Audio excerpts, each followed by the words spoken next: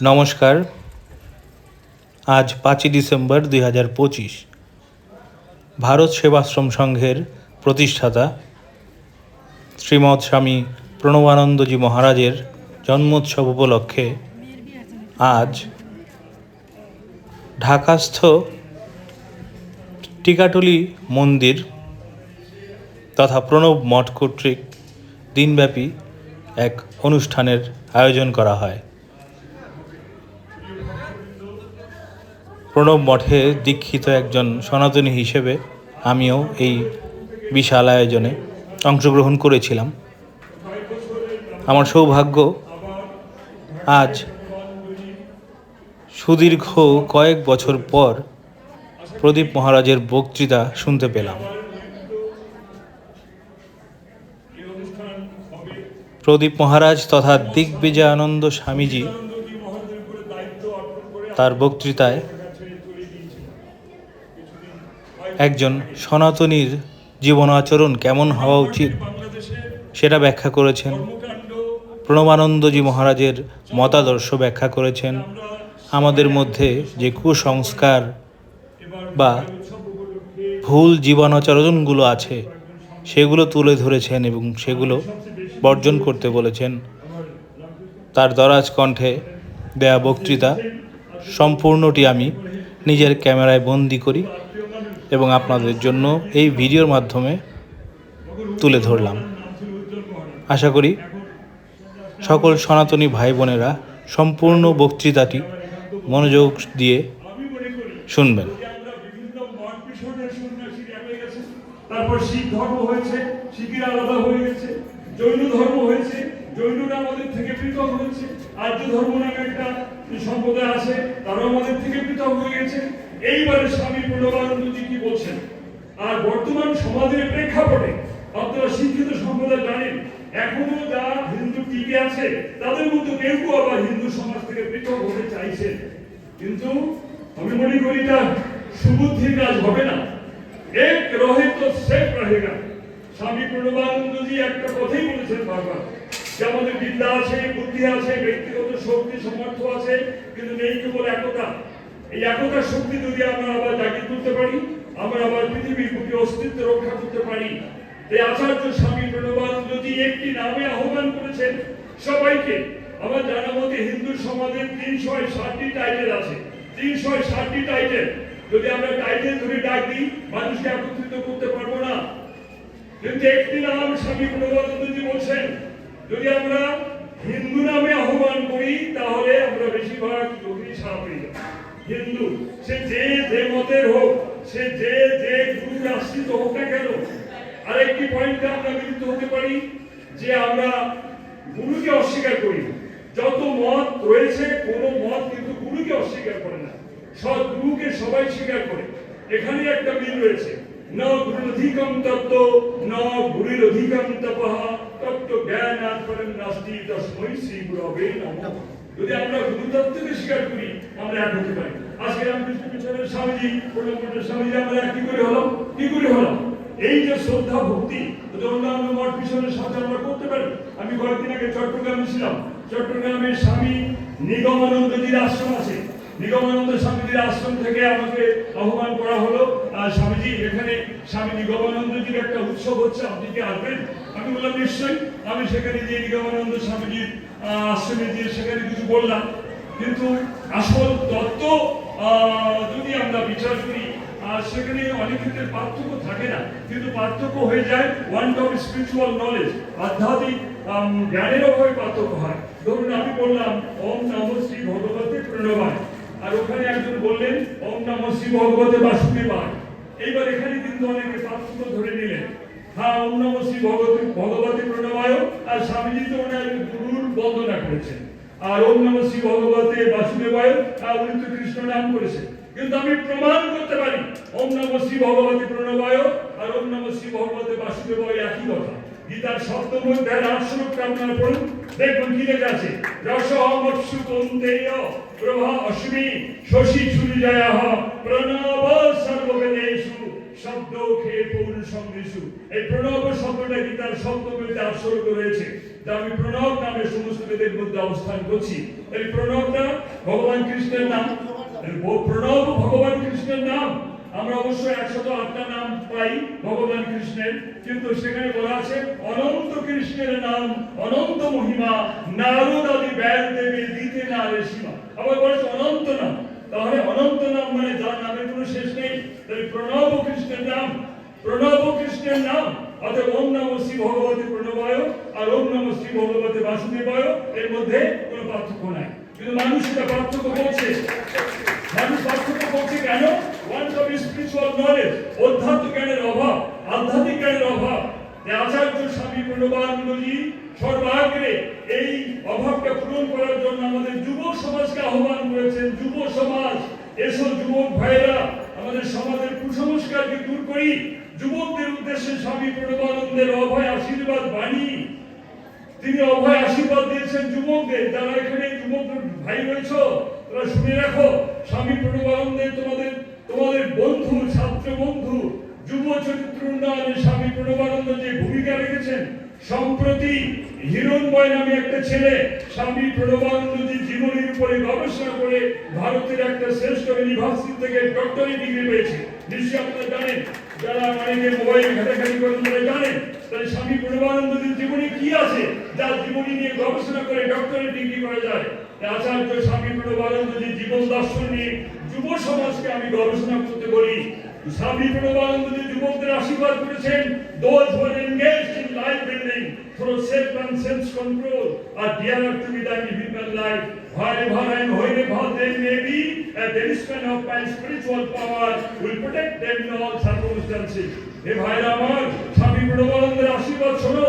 তোমরা একটু মানুষ হওয়ার চেষ্টা করো, মনুষ্যত্বের সাধনা করো। পৃথিবীর যেখানে যে অবস্থা থাকো না কেন, প্রণবানন্দজি বলছেন মাধুরী কবজ লাগবে না, আমার আশীর্বাদ তোমাদের সর্বত্র সর্ব অবস্থায় রক্ষা করবে। স্বামী প্রণবানন্দজি মহারাজ ছাত্র বন্ধু, তাই যারা ছাত্র ভাই আছো তারা তার জীবনটাকে একটু পড়াশোনা করে দেখো।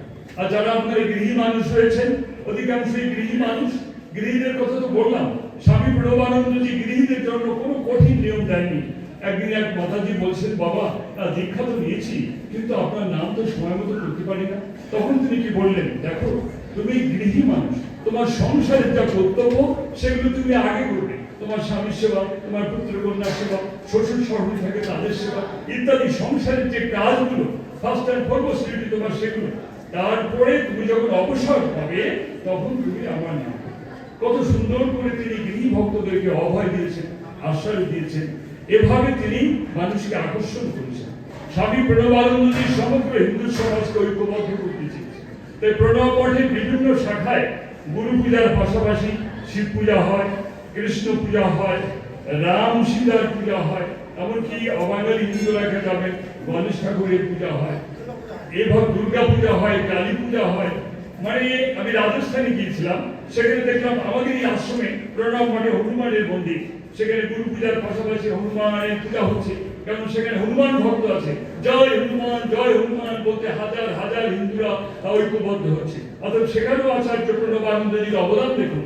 তিনি হিন্দুদের যেখানে যে কালচার, সেই কালচারটা রক্ষা করে সমগ্র হিন্দু সমাজকে ঐক্যবদ্ধ করার এক সুপরিকল্পনা দিয়ে গেছেন। এবং তিনি বলে গেছেন, আমার প্রদর্শিত পন্থা ছাড়া হিন্দুর বাঁচার উপায় থাকবে না। লাস্ট অফ অল তিনি বলেছেন, গীতা পাঠ শুরু হয়েছে আমাদের বিভিন্ন দিকে, কিন্তু আচার্য স্বামী প্রণবানন্দজি বলছেন, আমি গীতার কথাগুলোকে বাস্তবে রূপ দিতে চাই, গীতার কথাগুলোকে বাস্তবে রূপায়ণ করতে চাই। গীতার কথা যদি আমরা বাস্তবে রূপায়ণ করতে চাই, দেখবো চাতুর্বর্ণের মায়া সৃষ্টম গুণ ও কর্ম বিভাগ, সেই গুণ আর কর্মের সাথে 4টি বিভাগ করা হয়েছে। কিন্তু অনেকে আমার মনে হয় গীতা কারেকশন করে দিয়েছে। গীতা কারেকশন করে কি বলছেন, জন্মসূত্রে বিভাগ হয়েছে, জন্মসূত্রে বিভাগ হয়েছে। আমাদের মনে পড়ে ডক্টর পরেশ মন্ডল, ঢাকা বিশ্ববিদ্যালয়ের স্বনামধন্য অধ্যাপক ডক্টর পরেশ মন্ডল, আমরা একসাথে অনুষ্ঠান করতাম।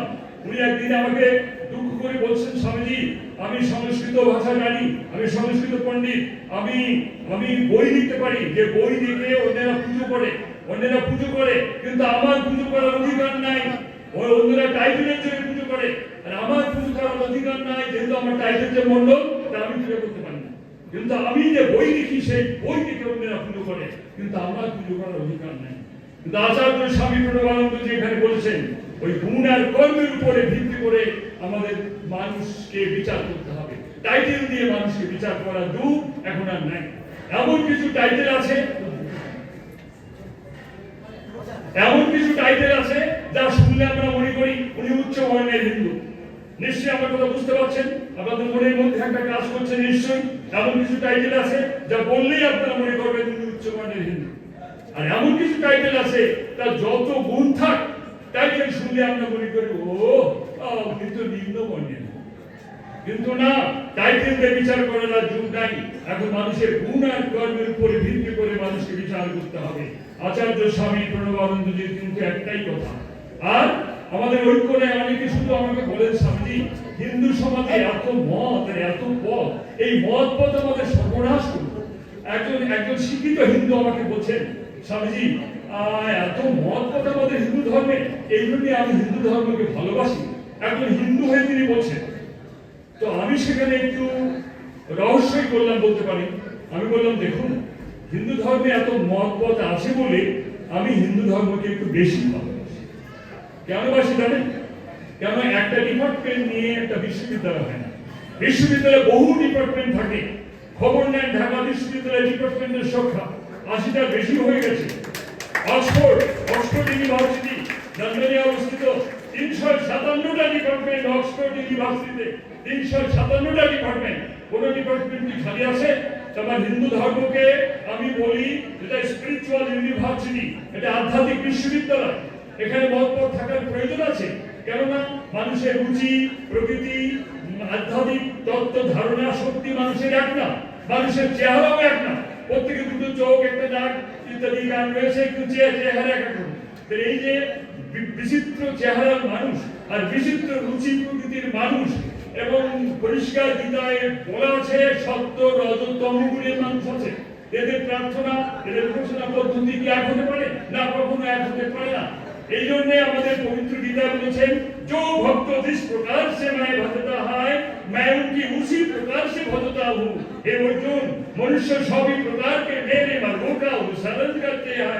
তার এখানে বলবার কোথায় যে আমাকে যে নামে ভজনা করছে, মনুষ্য সকল সব পথেই আমাদের আসতে পারে। In whatever path people worship me, I answer their prayers accordingly. In fact, all the path leads to me. এটা আমাদের গীতার কথা, যে আমাকে যেভাবে ভজনা করছে মনুষ্য সকল সব পথে আমাদের আসতে পারে। তাহলে কৃষ্ণ, শিব, দুর্গা কালী ঝগড়া কেন? কি জন্য ঝগড়া? তাই আমি অনুরোধ করবো, বাঁচতে গেলে আমাদের এই ঝগড়া বাদ দিতে হবে, আমাদের ঐক্যবদ্ধ হতে হবে। আমরা সাধু মহাপুরুষদের কথা তো ভুলে গেছি। আচার্য স্বামী প্রণবানন্দজি সেটা স্মরণ করে দিয়ে বললেন, হিন্দু ভুল মত তুমি ঋষিও কে বংশধর হ্যাঁ, তুমি ঋষি বংশধর। সে ঋষি কারা ছিলেন? ব্যাস, বশিষ্ঠ, বাল্মীকি, সুখশ্রমিক, শঙ্করাচার্য, জনক, যুধিষ্ঠির, রামচন্দ্র, কৃষ্ণ, ভীষ্ম, ধনঞ্জয়, শিবি, দধিচি, দিলীপ, দাতাকর্ণ, জীবুতা, বাহন, হরিশ্চন্দ্র, মনু, গৌতম, সাংখ্য, পরাশর, কপিল, গণাল, অত্রি, বিশ্বমিত্র, বুদ্ধ, মহাবীর, শঙ্কর, রামানুজ, জৈমিনী, যাজ্ঞবল্ক্য, ভরদ্বাজ, পরবর্তীকালে গৌরাঙ্গ মহাপ্রভু, ঠাকুর রামকৃষ্ণ, স্বামী বিবেকানন্দ, স্বামী নিগমানন্দ, স্বামী স্বরূপানন্দ, তারপরে প্রভু জগৎ বন্ধু রাম ঠাকুর, হরিচাঁদ ঠাকুর, হরিচাঁদ ঠাকুর, ঠাকুর অনুকূল চন্দ্র। আজকের প্রসঙ্গ আচার্য স্বামী প্রণবানন্দ। এমনি শত শত ঋষি মহাপুরুষের বংশধর আমরা সেটা ভুলে গিয়েছি। আচার্য স্বামী প্রণবানন্দজি আবার বলছেন, ভুলেও না তুমি ঋষির বংশধর। সেই ঋষি যুগে কি ছিল? 9 থেকে 12 বছর বয়স হলে ছেলেকে অবশ্যই গুরু গৃহে নিয়ে দীক্ষা দিতে হবে। আমরা সেটা ভুলে গিয়েছি। তাই আজকে অনুরোধ করি, যদি হিন্দু সমাজের অস্তিত্ব রক্ষা করতে হয়, আমরা যাই হিন্দু থাকি, নিশ্চয়ই কয়েক লক্ষ যুবক ছেলে মেয়ে আজও আমাদের সমাজে রয়েছে, এদেরকে রক্ষা করার চেষ্টা করতে হবে। আমরা সেই কাজে হাত দিয়েছি, ইয়ং সমাজকে রক্ষা করার চেষ্টা করছি আমরা। আমি বিগত দুর্গা পূজায় আমি নওগাঁ আশ্রমে একটা কুমারী সম্মেলন করেছি। কুমারী সম্মেলন, যে সমস্ত মেয়েদের বিয়ে হয়নি তাদের ডেকে খুঁজে অন্তত 72টা মেয়ে পেয়েছি, যারা কিনা কলেজে পড়ে, বিশ্ববিদ্যালয়ে পড়ে, ওদেরকে ডেকে একত্রিত করে ওদেরকে আমরা বুঝাবার চেষ্টা করেছি যে আজ তোমরা কুমারী মেয়ে, ভবিষ্যতে মা হবে, কিভাবে অপরের সংসারে দিয়ে অপরকে ভালো ভালোবেসে কিভাবে সেই সংসারে থাকবে এসব বিষয়ে আলোচনা। এর জন্য ত্যাগ, এর জন্য সেবা, এর জন্য ধৈর্য প্রয়োজন। এবং সেখানে কয়েকজন মাতাজিকেও ডেকেছিলাম যারা শাশুড়ি হয়েছেন, ঠাকুরমা হয়েছেন, এ ধরনের মহিলারা ছিল। আমি কিছু বলেছিলাম। আমার মনে হয় আজ আমাদের সমাজকে এগিয়ে নিতে গেলে যুব সমাজকে বাদ দিলে চলবে না। যুব সমাজকে অগ্রণী ভূমিকা দিতে হবে, যুব সমাজের জীবন রক্ষা করতে হবে। তাই এখানে যদি তোমরা 10 জন, 20 জন, 50 জন যুবক ছেলে থাকো, আমি বলবো স্বামী প্রণবানন্দজি তোমাদের ইহকালের বন্ধু, স্বামী প্রণবানন্দজি তোমাদের পরকালের বন্ধু। স্বামী প্রণবানন্দজি সংসার ত্যাগ করেছিলেন যুবকদের জন্য। তিনি ধৈর্যকে ছেড়েছিলেন। তিনি স্কুল জীবনে সন্ন্যাস গ্রহণ করার অভিপ্রায় ব্যক্ত করেছিলেন তার হেডমাস্টার মহাশয়কে। তিনি বলেছিলেন, কেন বিনোদ তুমি সংসার ত্যাগ করতে চাও, কেন, কি জন্য? তিনি বলেছিলেন যুবকদের জন্য। মাস্টারমশাই, দেখার লোক নেই, যুবক ছেলেগুলো সব নষ্ট হয়ে যাচ্ছে। এরা মদ খায়, গাঁজা খায়, বিড়ি খায়, এরা চরিত্র গঠন করতে পারছে না। তাই আমি যুবকদেরকে ভালো করতে চাই, সেজন্য আমাকে ত্যাগ স্বীকার করতে হবে। যারা এখানে যুবক ছেলে আছো, মেয়ে আছো, যারা স্কুলে পড়ো, কলেজে পড়ো, স্বামী প্রণবানন্দজির উপদেশ শোনো। তিনি বলেছেন ছাত্র ছাত্রীও কো প্রধান কর্তব্য হি হয় অধ্যয়ন ছাত্রাণা অধ্যয়ন তপো। তারপর কি বললেন? দৈনিক 10 ঘন্टे लिखाई पढ़ाई करना चाहिए। लिखाई पढ़ाई करने के साथ साथ चरित्र गठन करना चाहिए। और चरित्र गठन नहीं होने से कुछ भी नहीं किया जा सकता। हे আমার ভাই বোন, স্কুল কলেজে পড়ো, লেখাপড়া করো, কমপক্ষে দৈনিক কমপক্ষে 10 ঘন্টা পড়াশোনা করতে বলছেন স্বামী প্রণবানন্দজি। আর বলেছেন চরিত্র গঠন করো। চরিত্র গঠন করতে হবে, না হলে কিছু হবে না। আমি ঢাকায় বহুদিন কাটিয়েছি। আমার জানা যে অনেক অভিভাবক তাদের মেয়েদেরকে নাচ শিখাতেন, গান শিখাতেন, কিন্তু ধর্ম শিখান নাই। সে মেয়েগুলোর পরিণাম কি হয়েছে আমি বলতে পারি, নাম করার প্রয়োজন নেই।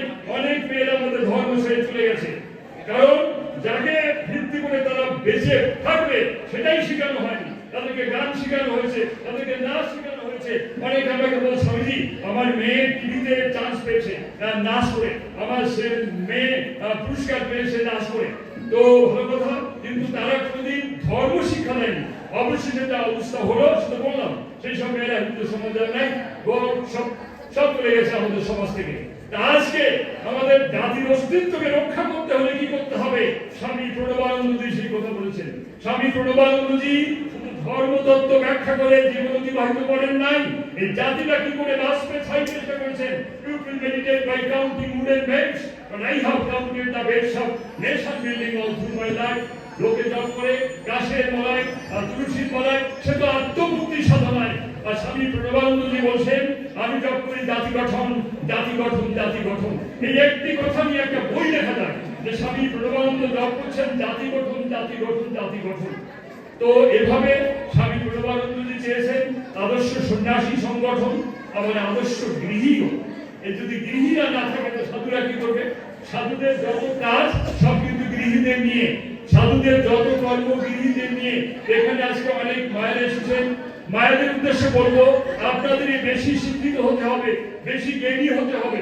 যেহেতু শিশু প্রথম শিক্ষা লাভ করে কিন্তু মায়ের কাছ থেকে, মা যা শিখায় তাই কিন্তু বাচ্চা শিখে। অতএব মায়েদেরকে অনেক জ্ঞান অর্জন করতে হবে, তাহলে আপনার বাচ্চাও শিখতে পারবে। সেদিন একটা ঘটনা, একটা বাচ্চা নিয়ে এক মাতাজি এসেছেন আমার কাছে। তারপরে যাওয়ার সময় নিজের কোলের বাচ্চাকে বলছেন, আর স্বামীজিকে টাকা দাও, স্বামীজিকে টাকা দাও। এখন বাচ্চাটা বলছে টাটা টাটা টাটা। তো আমি ওর মাকে লক্ষ্য করে বলছি কি, স্বামীজিদের দেখলে নমস্কার দিতে হয়, প্রণাম জানাতে হয়। ওই বাচ্চাটা শুনে কিন্তু মাকে বলছে, মা তুমি আমাকে নমস্কার দেওয়া শিখাও, আমাকে প্রণাম করা শিখাও। দেখুন তাহলে আপনারা মায়েরা যা শিখাবেন তাই শিখবে, যা শিখাবেন তাই শিখবে। আমি একদিন এক গৃহীর বাড়িতে গিয়েছি, শুনলাম ওখানে বাচ্চার জন্ম উৎসব হবে। তারপরে গিয়ে দেখি ছোট একটা বাচ্চাকে ভালো করে সাজিয়েছে, আর বড় একটা কেক আর বড় একটা ছুরি নিয়ে বসে আছে বাচ্চাটা। তো আমি বলছি, ওখানে ছুরি নিয়ে বসে আছে বলে বাচ্চাটা বলছে কেক কাটবে। আমি কেক কাটার অনুষ্ঠান আমার কোন দিদা লেখা আছে, কেক কাটার অনুষ্ঠান আমার কোন শাস্ত্রে লেখা আছে? তো এগুলো অপসংস্কৃতি। আমি মনে করি অপসংস্কৃতি গুলো ত্যাগ করতে হবে। এই অপসংস্কৃতি না, এগুলো ত্যাগ করতে হবে। আপনার বাচ্চার জন্মদিনে আপনি যেগুলো দীক্ষিত হন, আপনার গুরু পূজা করুন, আপনার ইষ্ট দেবতার নাম করুন, পারলে সমর্থ থাকলে 5টা মানুষকে নিমন্ত্রণ করে আপনার বাড়িতে একটু প্রসাদ দেন। তাতে তো আনন্দ হতে পারে। এইভাবে আমার হিন্দু সমাজে যে অপসংস্কৃতিগুলো প্রবেশ করেছে সেগুলো আস্তে আস্তে দূর করে একটি কুসংস্কার মুক্ত হিন্দু সমাজ গঠন করার আহ্বান করেছেন স্বামী প্রণবানন্দজি। কিন্তু সেবার ক্ষেত্রে তিনি জাতি ধর্ম নির্বিশেষে সকল মানুষের সেবা করছেন। কিন্তু সংগঠন ক্ষেত্রে তিনি দেখেছেন হিন্দুর বিদ্যা আছে, বুদ্ধি আছে, ব্যক্তিগত শক্তি সামর্থ্য তারা আছে, কিন্তু নেই একতা। এই একতা সৃষ্টি করার জন্য স্বামী প্রণবানন্দজি আজীবন কাজ করেছেন। তিনি এমন এক জাল ফেলে গেছেন, গ্রামে যে একটা বড় জাল ফেলা হয়, তারপরে আস্তে আস্তে টান দেওয়া হয়, সর্বপ্রকার ছোট বড় মাছ ওই একই জালে কিন্তু বেঁধে যায়। তেমনি স্বামী প্রণবানন্দজি সবাইকে নিয়ে এক সংগঠন করতে চেয়েছেন। এই জন্য তিনি বস্তি বাড়িতে যেখানে মাথা নিচু করে ঢুকতে হয় এমন কুড়ি ঘরেও তিনি প্রবেশ করেছেন। আবার রাজবাড়িতে রাজ অভিষিক্ত হয়েছেন, রাজা থেকে সম্মান করেছেন, এমন জিনিস তার জীবনে রয়েছে। খুলনায় তখন ব্রিটিশ আমল 1921 সালের কথা, সাতক্ষীরা এলাকায় ব্যাপক ঘূর্ণিবার্তা। আচার্য স্বামী প্রণবানন্দজি তখন ব্রহ্মচারী বিনোদ, তিনি বিরাট সেবা কার্য করলেন। সেবা কার্যে তদানীন্তন ব্রিটিশ সরকার এত খুশি হলেন, তিনি খুলনা জেলা শহরে প্রণবানন্দজিকে সংবর্ধনা দেওয়ার একটা আয়োজন করেছিলেন। তখন জেলা প্রশাসক ছিলেন মিস্টার ফোকাস। মিস্টার ফোকাস তিনি ইংরেজিতে কথা বলতেন, বাংলা জানতেন না, তবু বাংলা বলার একটু চেষ্টা করেছেন। বলছেন মহারাজজি যে মানুষের সেবা করেছেন, হাজার হাজার মানুষের মধ্যে অন্ন বস্ত্র বিতরণ করেছেন, তাতে ব্রিটিশ সরকার খুব খুশি হয়েছেন। আমি ব্রিটিশ সরকারের পক্ষ থেকে স্বামী প্রণবানন্দজিকে রায় বাহাদুর টাইটেল দেওয়ার প্রস্তাব করছি। এর উত্তরে স্বামী প্রণবানন্দজি কি বলেছিলেন আপনারা মনে রাখবেন। স্বামী প্রণবানন্দজি বলছেন, মানুষ যেখানে বিপন্ন, মানুষের সেবা করেন সেখানে একান্ত কর্তব্য।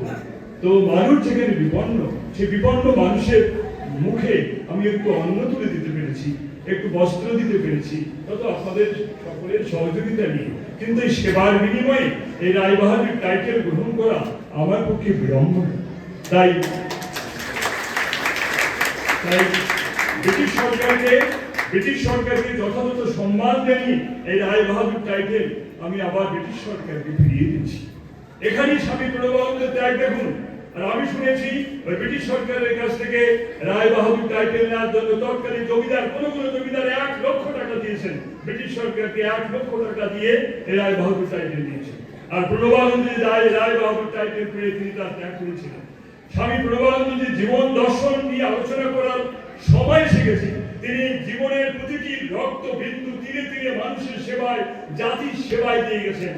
তাই মায়েরা আমার, আপনাদের মনে রাখতে হবে, এই যে কয়েকজন সন্ন্যাসী দেখছেন, এরা তো আকাশ ফুঁড়ে আসেনি, এরা মাটি ফুঁড়ে জন্মগ্রহণ করেনি, এরা কিন্তু আপনাদের মতো কোনো না কোনো মায়ের গর্ভে জন্মগ্রহণ করেছে। অতএব মায়েদের ভালো হতে হবে। মায়েরা যদি ভালো না হন, একজন হিন্দি কথা বলে এক সাধু বলছেন, যদি গার্হস্থ আশ্রম ধ্বংস हो जाए तो इस पर গার্হস্থ আশ্রমে কুত্তা ভেড় বকরি জন্ম लेंगे।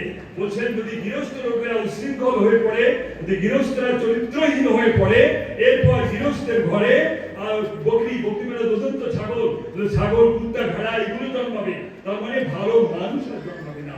এই আচার্য স্বামী প্রণবানন্দজি সন্ন্যাসী হলেও তিনি সবাইকে কিন্তু সন্ন্যাসী হতে বলেননি, বরং গৃহী ভক্তদের বলছেন তোমাদের কোনো কঠিন নিয়ম নেই, তোমরা সংসারে থাকো, সংসারে যা তোমার কর্তব্য সেগুলি আগে করো, তারপর যখন তুমি সময় পাবে তখন আমার নাম করলে হবে। কত সুন্দর সহজ পদ্ধতি। একাদশী নিয়ে এখন অতি বাড়াবাড়ি হচ্ছে, অতি বাড়াবাড়ি। পঞ্চশস্য খাওয়া যাবে না, তারপরে খাওয়া যাবে না, ও খাওয়া যাবে জল দিয়ে, নানা রকম একাদশী। এই একাদশী করতে করতে অনেকে অসুস্থ হয়ে পড়ছে। একাদশীর এত নিয়ম। এক্ষেত্রে স্বামী প্রণবানন্দজির বক্তব্য কি? স্বামী প্রণবানন্দজি বলছেন আগে তোমার শরীর রক্ষা করতে হবে। স্বামী প্রণবানন্দজি বলছেন শরীরমাদ্যম খলু ধর্ম সাধনম, শরীরমাদ্যম খলু ধর্ম সাধনম। আগে তোমার শরীর রক্ষা করো, তারপর তুমি ধর্ম সাধন করবে।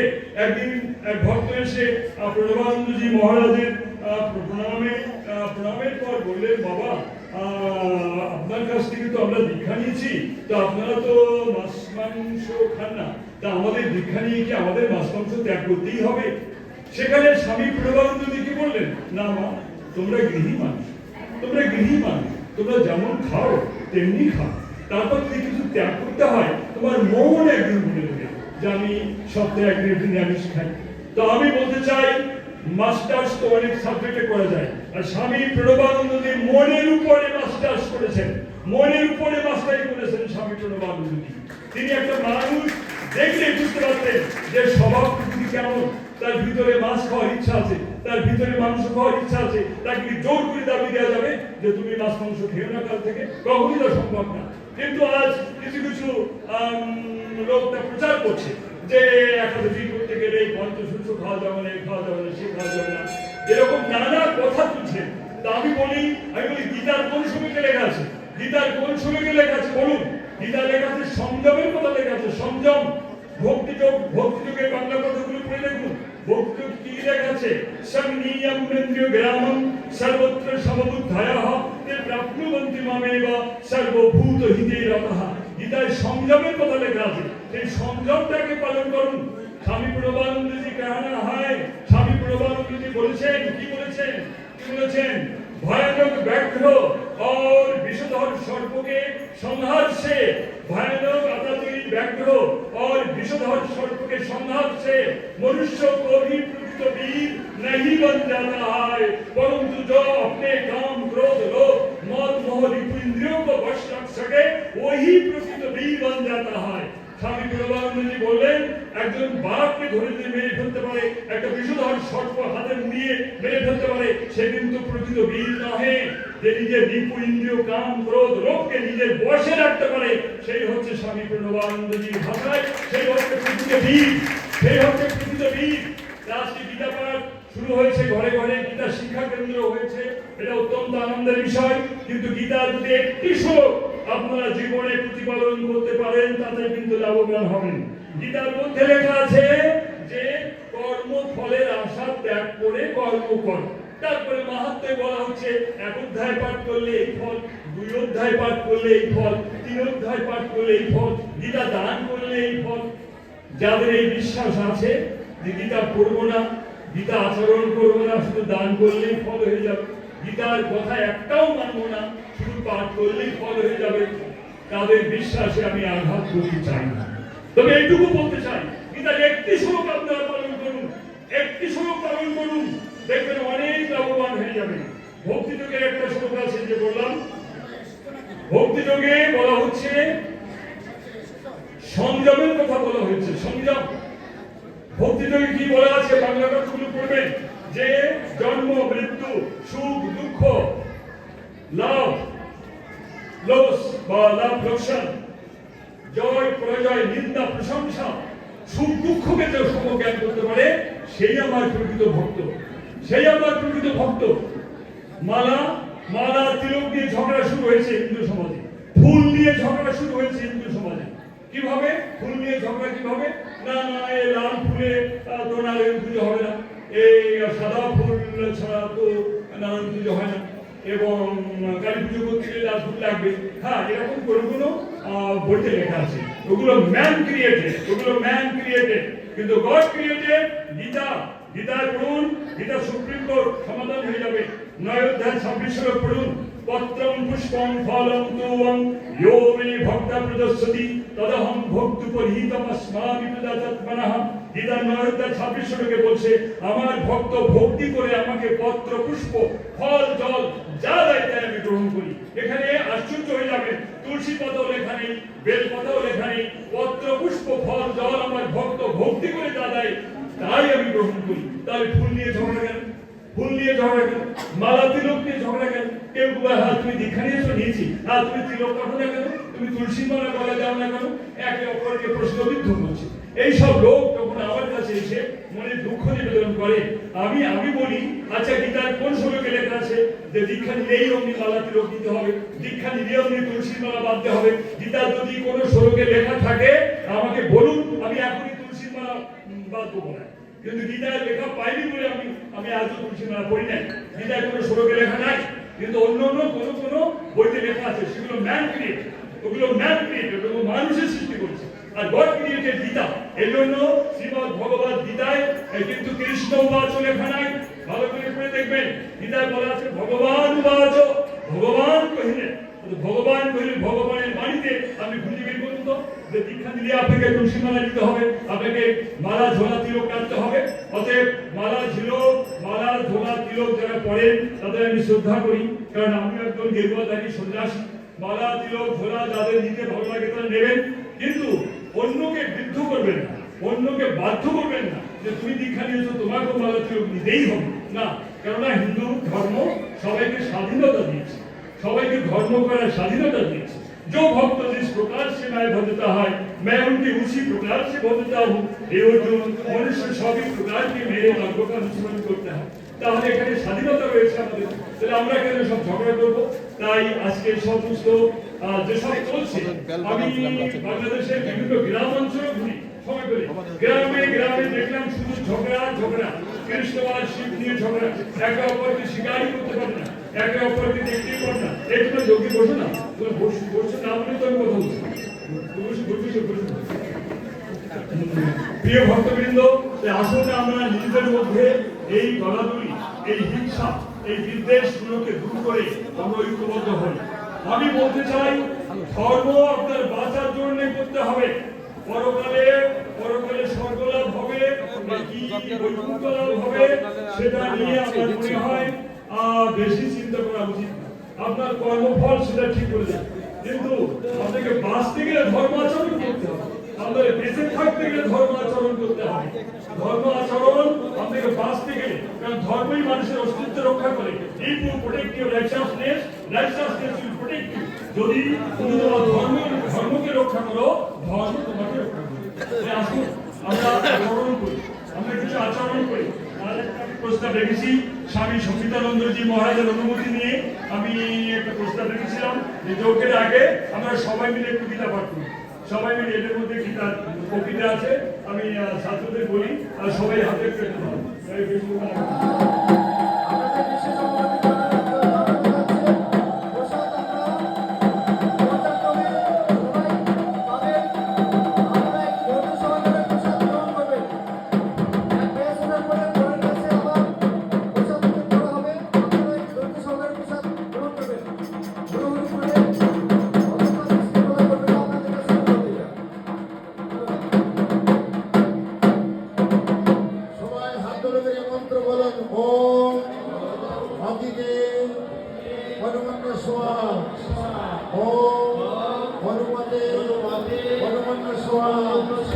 ओम सरस्वती हनुमन्त स्वाहा ओम देव सविता प्रसुभ जगपति भगाय दिव्य गंधर्व